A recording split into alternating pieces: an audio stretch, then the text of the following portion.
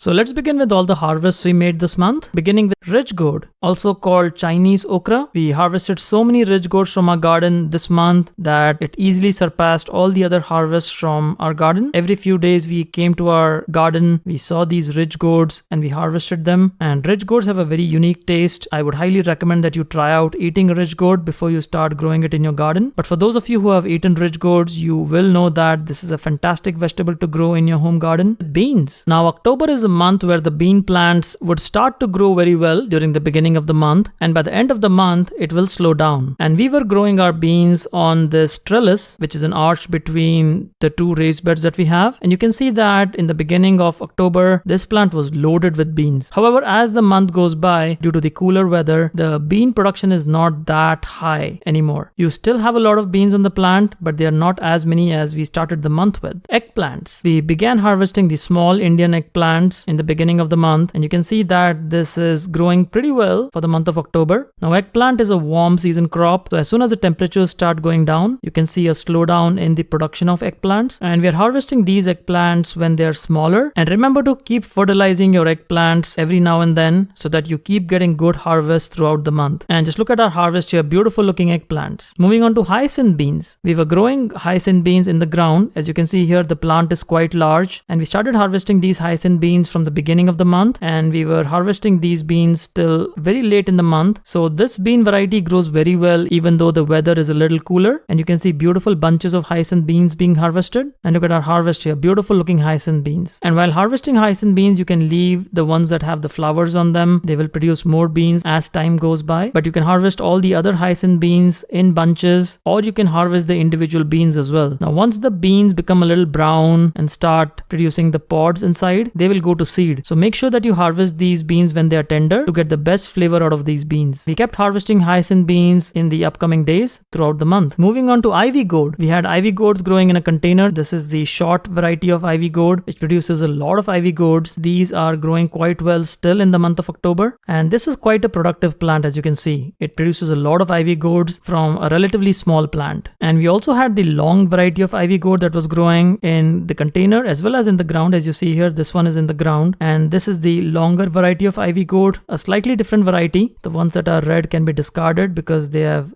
over ripened, and you can see beautiful looking long ivy gourds from this plant. And the same long ivy gourd was also planted in a container, as you see here, and this also yielded a lot of ivy gourds. Now ivy gourds don't need a lot of attention, they don't need a lot of fertilizers or nutrients. They will grow very happily with minimal care. And you can look at our harvest here. These are beautiful looking ivy gourds.